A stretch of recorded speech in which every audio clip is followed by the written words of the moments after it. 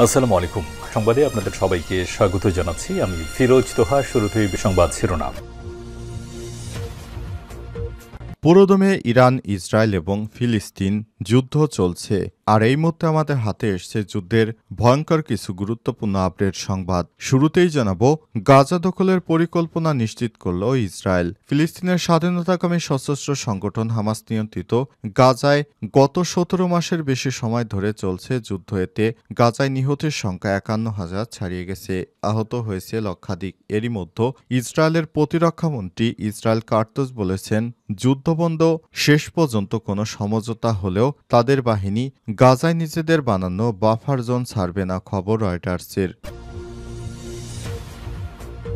এরপর জানাবো, the middle east মনিটরের প্রতিবেদন। এবার দখলদার ইসরায়েলকে স্বীকৃতি দিচ্ছে সিরিয়া। গোপন প্রতিশ্রুতি প্রেসিডেন্টের। সিরিয়ার অন্তর্বর্তীকালীন সরকার আহমেদ আল সারা ইসরায়েল সম্পর্ক স্বাভাবিক করতে গোপনে প্রতিশ্রুতি দিয়েছেন।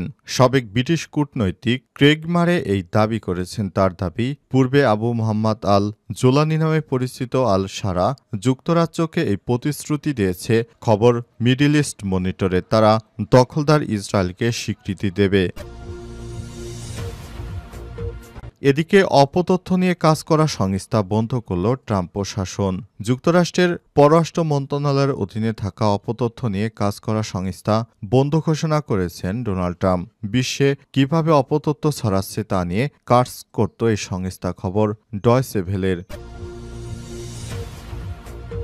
এদিকে হার্ভার্ড হাস্যকর জায়গা, সেখানে শিক্ষার জন্য ভালো নয়, বললেন ট্রাম্প। সরকারি নির্দেশনা না মেনে বিশ্বের খ্যাতিমান বিশ্ববিদ্যালয় হার্ভার্ড বিশ্ববিদ্যালয়ে $220 কোটি অর্থ সহায়তা বন্ধ করেছেন ট্রাম্প। বিশ্বজুড়ে এ নিয়ে বিতর্ক শুরু হতেই আরও এক ধাপ এগিয়ে এবার হার্ভার্ডকে নজিরবিহীন আক্রমণ করেছেন প্রেসিডেন্ট ট্রাম্প। তিনি বলেছেন, হার্ভার্ডে একটি হাস্যকর জায়গা, সেখানে শিক্ষার পরিবেশ নেই। এবং সর্বশেষ জানাবো, যুক্তরাষ্ট্রে বসবাস করা ইচ্ছুকদের জন্য এবার গোল্ড কার্ড নিয়ে আসছেন ডোনাল্ড ট্রাম্প। মিলবে যত টাকায়। যুক্তরাষ্ট্রে বসবাস করতে ইচ্ছুকদের জন্য বিশেষ অভিবাসন ভিসা বিক্রি করতে একটি প্রক্রিয়া গড়ে তুলেছেন ইলন মাস্কের নেতৃত্বাধীন সরকারি ব্যয় সংকোচন টাস্কফোর্সের সদস্যরা। মার্কিন প্রেসিডেন্ট ডোনাল্ড ট্রাম্পের বিশেষ এই অভিবাসন ভিসার নাম দিয়েছেন গোল্ড কার্ড, যা বিক্রি হবে $50 লাখ। এর অর্থ বাংলাদেশি টাকায় 50 কোটি টাকা দিয়ে এটি কেনা যাবে। প্রিয় দর্শক, এতক্ষণ শুনছিলেন সংবাদ শিরোনাম, এবারে বিস্তারিত। তবে তার আগে বন্ধুরা, অনুরোধ থাকবে সংবাদটিতে একটি লাইক দিন। এই চ্যানেলে আপনি নতুন হয়ে থাকলে আমাদের সংবাদটি দেখতে দেখতে চ্যানেলটি সাবস্ক্রাইব করে রাখুন। কমেন্ট করে বন্ধুরা আপনার মূল্যবান মতামত জানিয়ে দিন আপনি বিশ্বের কোন দেশ থেকে বা বাংলাদেশের কোন স্থান থেকে আমাদের সংবাদটি দেখছেন এবং শুনছেন। আর বন্ধুরা, এই সংবাদটি আপনার সোশ্যাল মিডিয়ায় শেয়ার করে দিন বন্ধুদের মাঝে। আর গাজা যুদ্ধে আপনি যদি নিরীহ ফিলিস্তিনিদের ভালোবেসে থাকেন বন্ধুরা, কমেন্টে ইয়েস লিখে বিশ্ববাসীকে জানিয়ে দিন। এবারে বিস্তারিত।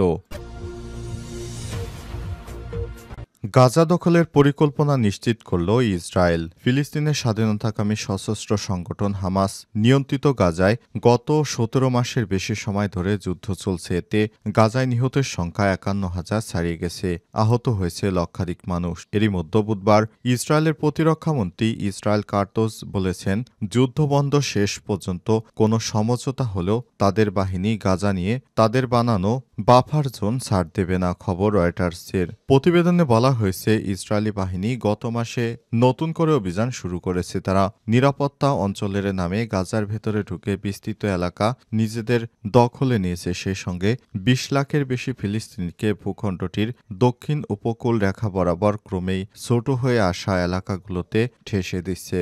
আজ কার্তোস সামাজিক কমান্ডারদের সঙ্গে নিয়ে বৈঠক শেষে বলেছেন, অতীতের মতো হবে না। যেসব এলাকা সন্ত্রাসী মুক্ত ও জব্দ করা হয়েছে আইডিএফ, ইসরায়েল সেখান থেকে সরবে না। তিনি আরও বলেছেন, লেবানন ও সিরিয়ার মতোই গাজায় স্থায়ী ও অস্থায়ী যে কোনো পরিস্থিতিতে আইডিএফ শত্রু ও ইসরায়েলি বসতিগুলোর মাঝে বাফার হিসেবে থাকবে। ইসরায়েলের পক্ষ থেকে বলা হয়েছে, গত 18 মার্চ অভিযানে তারা যে কয়েকশো হামাস যোদ্ধাকে হত্যা করেছেন তার মধ্যে ফিলিস্তিনি সশস্ত্র গোষ্ঠীটি বেশ কতজন ঊর্ধ্বতন কমান্ডার আছে। এদিকে কাতার ভিত্তিক সংবাদ মাধ্যম আল জাজিরা লাইভ প্রতিবেদনে বলা হয়েছে, ইসরায়েলি মন্ত্রীর এই মন্তব্য মন্তব্যের মাধ্যমে গাজা দখলের পরিকল্পনা নিশ্চিত করল। জর্ডান থেকে আল জাজিরার সাংবাদিক বলছেন, ইসরায়েলি প্রতিরক্ষা মন্ত্রী মূলত নিশ্চিত করেছেন যে দখলদার ইসরায়েলি সামরিক কৌশলের অংশ। এই দখল লেবানন ও সিরিয়াতেও হবে। খবর ইত্তেফাক এসআর।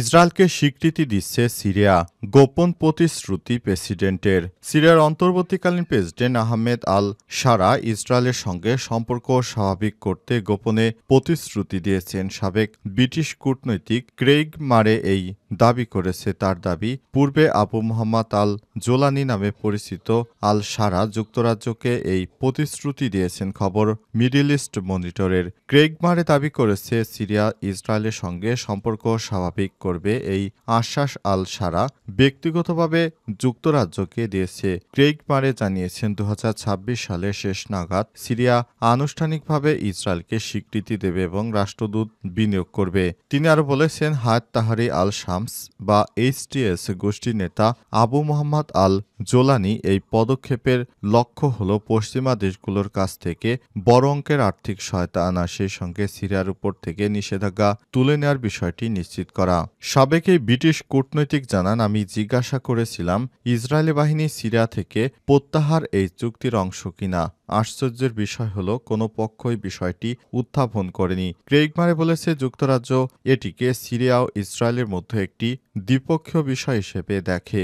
মারে উল্লেখ করে বলেছেন, ইউরোপীয় union external action services directorate general for international partnership বিশ্বাস করে আল জোলানি অন্তর্বর্তীকালীন সরকারের অবস্থান গত 17 মার্চ ব্রাসেলসে অনুষ্ঠিত প্লেজিং কনফারেন্সে দেয়া প্রতিশ্রুতিগুলোর সঙ্গে সঙ্গতিপূর্ণ। এসব প্রতিশ্রুতির মধ্যে রয়েছে আলভি ও খ্রিস্টান সম্প্রদায়কে সরকারের অন্তর্ভুক্ত করা এবং নারীদের মন্ত্রী পদে নিয়োগ দেয়া। তবে মারে উল্লেখ করে বলেছেন, মন্ত্রিসভা মূলত আল জোলানির অনুসারী নিয়ন্ত্রিত, কারণ তারাই প্রতিরক্ষা, পররাষ্ট্র, অর্থ ও স্বরাষ্ট্র মতো প্রায় সব গুরুত্বপূর্ণ মন্ত্রণালয় নিয়ন্ত্রণ করে। প্রতিবেদনে বলা হয়েছে, ব্রাসেলসের সম্মেলনে সিরিয়ার জন্য 5.5 মিলিয়ন ইউরো বা $6.25 মিলিয়ন ঋণ অনুমোদন দেওয়ার প্রতিশ্রুতি দেওয়া হয়েছে। সব অনুদানের অর্ধেক সরাসরি ইউ থেকে আসবে। অপতথ্য নিয়ে কাজ করা সংস্থা বন্ধ করলেন ট্রাম্প প্রশাসন। যুক্তরাষ্ট্রের পররাষ্ট্র মন্ত্রণালয়ের অধীনে থাকা অপতথ্য নিয়ে কাজ করা সংস্থা বন্ধ করলেন ট্রাম্প প্রশাসন। বিশ্বের কিভাবে অপতথ্য ছড়াচ্ছে তা নিয়ে কাজ করত এই সংস্থা। খবর ডয়চে ভেলের। প্রতিবেদনে আরও বলা হয়েছে, মার্কিন পররাষ্ট্রমন্ত্রী মার্ক রুবেরিও জানিয়েছেন যে এই ধরনের সংস্থার আর কোনো প্রয়োজন নেই। তার বক্তব্য মানুষের মত প্রকাশের স্বাধীনতায় হস্তক্ষেপ করেছিল এই সংস্থা। রুবেরিওর অভিযোগ, সাধারণ মতামত প্রকাশ করে আমেরিকানদের প্রশ্নের মুখে পড়তে হচ্ছিল, এমনকি জেলও যেতে হচ্ছিল। এমন সংস্থার আর কোনো প্রয়োজন নেই, সেই কারণে এই সংস্থাটিকে বন্ধ করা হলো। মার্কিন পররাষ্ট্র মন্ত্রণালয়ের অধীনে এই সংস্থাটি তৈরি করা হয়েছিল মূলত রাশিয়া এবং চীনে তৈরি হওয়া অপতথ্য খুঁজে বের করার জন্য এবং সে বিষয়ে মানুষকে সচেতন করার জন্য। রুবিও আরও জানিয়েছেন, এই অফিস বছরে $50 মিলিয়ন বেশি খরচ করত শুধুমাত্র সাধারণ মানুষের মত প্রকাশের স্বাধীনতায় হস্তক্ষেপ করার জন্য। বস্তুত এই সংস্থাটিকে নিয়ে বরাবরই সমস্যা ছিল রিপাবলিকানদের। তাদের বক্তব্য ছিল রক্তক্ষয়ী, রক্ষণশীল মিডিয়াকে খবরে বারবার আক্রমণ করেছে এই সংস্থা। অর্থাৎ তারা তখন চাইলেই তাদের মত প্রকাশ করতে পারত না। এ কারণে ট্রাম্প প্রশাসন এই সংস্থাকে বন্ধ করেছে। হার্ভার্ড হাস্যকর জায়গা, শিক্ষার কোনো পরিবেশ নেই বললেন ডোনাল্ড ট্রাম্প। সরকারি নির্দেশনা না মেনে বিশ্বের খ্যাতিমান বিশ্ববিদ্যালয় হার্ভার্ড বিশ্ববিদ্যালয়কে $220 কোটি অর্থ সহায়তা বন্ধ করে দিয়েছেন প্রেসিডেন্ট ডোনাল্ড ট্রাম্প। বিশ্বজুড়ে এই নিয়ে বিতর্ক শুরু হতে আরও এক ধাপ এগিয়ে হার্ভার্ডকে নজিরবিহীন আক্রমণ করলেন প্রেসিডেন্ট ট্রাম্প। এর আগে বিশ্ববিদ্যালয়টি যে কর ছাড় সুবিধা পেয়ে আসত তাও বন্ধ করার হুমকি দিয়েছিলেন ট্রাম্প। প্রেসিডেন্ট ট্রাম্প হার্ভার্ড বিশ্ববিদ্যালয়ের নাম উল্লেখ করে বলেছেন, এটা বামপন্থীদের আখড়া, জায়গাটা হাস্যকর, শিক্ষার জন্য ভালো জায়গা নয়। ট্রাম্প আরও বলেছেন, সবাই জানে হার্ভার্ড পথ হারিয়েছে। এই বিশ্ববিদ্যালয়ের উপর বামপন্থীদের প্রভাব নিয়ে সোচ্চার হন রিপাবলিকানপন্থী প্রেসিডেন্ট। তিনি বলেছেন, হার্ভার্ড সব সময় উগ্র বামপন্থী, বোকা এবং পাখির মস্তিষ্ক লোকদের নিয়ে নিয়োগ করেছে, যারা ছাত্রদের এবং তথাকথিত ভবিষ্যতের নেতাদের কেবল ব্যর্থতায় শিক্ষা দিয়েছে। সেই বামপন্থী মাদকাসক্তরা আবার হার্ভার্ডে শিক্ষকতা করছে। সেই কারণে হার্ভার্ডকে আর শিক্ষার জন্য ভালো জায়গা বলা যাবে না। পৃথিবীর শ্রেষ্ঠ বিশ্ববিদ্যালয় এবং কলেজগুলোর মধ্যেও পড়ে না। এখানে না থেমে নেই, ট্রাম্প বলেন। তিনি হার্ভার্ডকে ঘৃণা এবং বোকামি শেখানো হয় বলেও মন্তব্য করেন। কেন্দ্রীয় অর্থ সাহায্যের যোগ্য নয়। বিবিসি এবং আল জাজিরার এক প্রতিবেদন থেকে এই তথ্য জানানো হয়েছে।